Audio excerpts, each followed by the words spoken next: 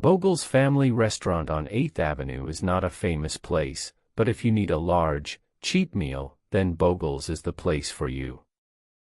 There are 12 tables in the room, 6 on each side. Bogle's himself sits at the desk by the door and takes the money. There are also 2 waitresses and a voice. The voice comes from the kitchen. At the time of my story, one of the waitresses was called Aileen. She was tall, beautiful, and full of life. The name of the other waitress was Tildy. She was small, fat, and was not beautiful. Most of the people who came to eat at Bogle's were men, and they loved the beautiful Aileen. They were happy to wait a long time for their meals because they could look at her. Aileen knew how to hold a conversation with 12 people and work hard at the same time. And all the men wanted to take Aileen dancing or give her presents. One gave her a gold ring and one gave her a little dog. And poor Tildy. In the busy, noisy restaurant, men's eyes did not follow Tildy. Nobody laughed and talked with her. Nobody asked her to go dancing, and nobody gave her presents. She was a good waitress, but when she stood by the tables, the men looked round her to see Aileen. But Tildy was happy to work with no thanks. She was happy to see the men with Aileen. She was happy to know that the men loved Aileen. She was Aileen's friend. But deep inside, she too wanted a man to love her. Tildy listened to all Aileen's stories. One day, Aileen came in with a black eye. A man hit her because she did not want to kiss him. How wonderful to have a black eye for love, Tildy thought. One of the men who came to Bogle's was a young man called Mr. Cedars. He was a small, thin man, and he worked in an office. He knew that Aileen was not interested in him, so he sat at one of Tildy's tables, said nothing, and ate his fish. One day, when Mr. Cedars came in for his meal, he drank too much beer. He finished his fish, got up, put his arm around Tildy, kissed her loudly, and walked out of the restaurant. For a few seconds, Tildy just stood there. Then Aileen said to her, "Why, Tildy, you bad girl? I must watch you. I don't want to lose my men to you."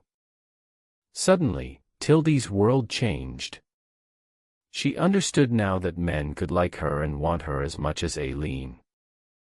She, Tildy, could have a love life too. Her eyes were bright and her face was pink. She wanted to tell everybody her secret. When the restaurant was quiet, she went and stood by Bogle's desk. "Do you know what a man in the restaurant did to me today?" she said.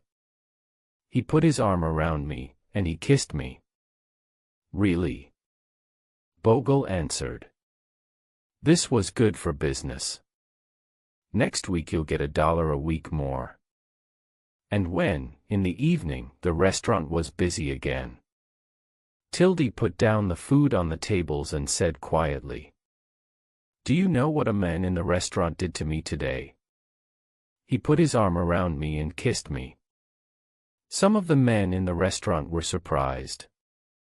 Some of them said, "Well done."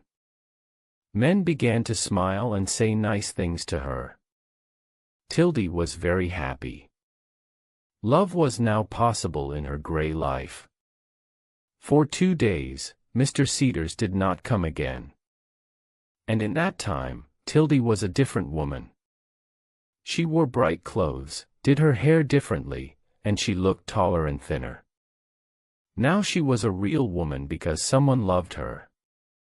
She felt excited and a little afraid. What would Mr. Cedars do the next time he came in? At 4 o'clock in the afternoon of the 3rd day, Mr. Cedars came in. There were no people at the tables, and Aileen and Tildy were working at the back of the restaurant. Mr. Cedars walked up to them. Tildy looked at him, and she could not speak. Mr. Cedar's face was very red, and he looked uncomfortable. "Miss Tildy," he said, "I want to say that I'm sorry for what I did to you a few days ago. It was the drink, you see. I didn't know what I was doing. I'm very sorry." And Mr. Cedars left. But Tildy ran into the kitchen, and she began to cry. She could not stop crying.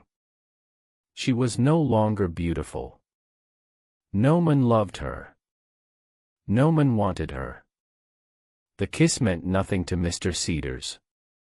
Tildy did not like him very much, but the kiss was important to her. And now there was nothing. But she still had her friend, and Aileen put her arm around Tildy. Aileen did not really understand, but she said, "Don't be unhappy, Tildy.